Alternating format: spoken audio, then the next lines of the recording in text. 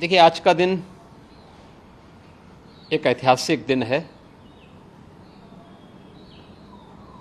दुनिया के सबसे बड़े लोकतंत्र भारत की संसद में नवगठित संसद और नव निर्वाचित लोकसभा के माननीय अध्यक्ष श्री ओम बिरला जी ने आपातकाल के 50 वर्ष पूर्ण होने पर आपातकाल के विरोध में एक निंदा प्रस्ताव पारित किया है। मैं उनके इस प्रयास के लिए माननीय श्री बिरला जी का हृदय से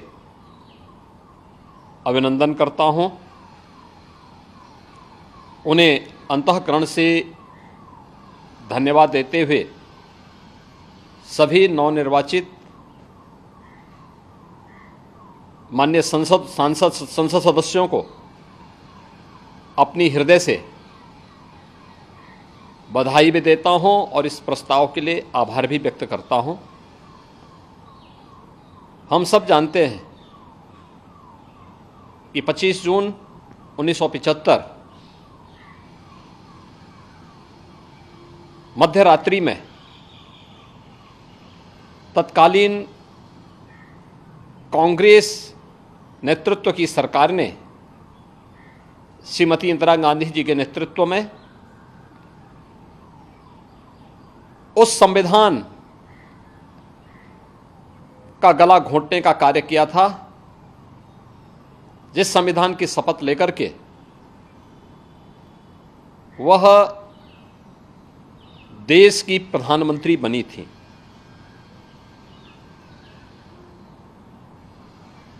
यह न केवल संविधान का गला घोंटने का उनकी कुत्सित प्रयास थे, बल्कि एक प्रकार से लोकतंत्र की हत्या करने का प्रयास था।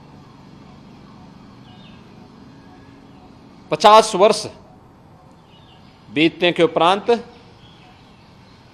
कांग्रेस के इस काले कारनामों को जनता तक पहुंचाना आवश्यक है। आज भारत की संसद ने वही कार्य किया है, क्योंकि कांग्रेस का वर्तमान नेतृत्व जिस तरीके से देश की जनता को गुमराह कर रहा था, संविधान के नाम पर, आरक्षण समाप्त करने के नाम पर, इसके लिए उनके काले कारनामों से देश की जनता को अवगत कराना अत्यंत आवश्यक है।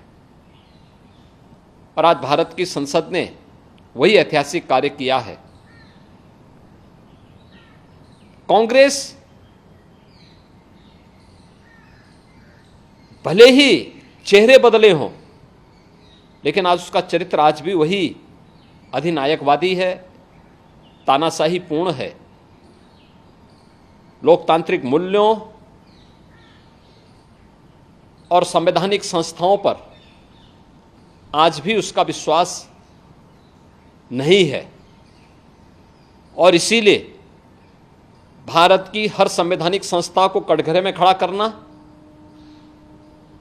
भारत के बाहर जाकर के भारत के लोकतंत्र पर, भारत की चुनाव की प्रक्रिया पर प्रश्न खड़ा करना इनकी फितरत बन चुकी है। कौन नहीं जानता है कि कांग्रेस ने संविधान लागू होने से लेकर के 2014 तक 75 बार भारत के संविधान में संशोधन किए। कौन नहीं जानता है कि अनुच्छेद 356 का दुरुपयोग करते हुए 90 बार कांग्रेस ने विभिन्न राज्यों की सरकारों को, लोकतांत्रिक तरीके से चुनी गई सरकारों को बर्खास्त करने का काम किया था।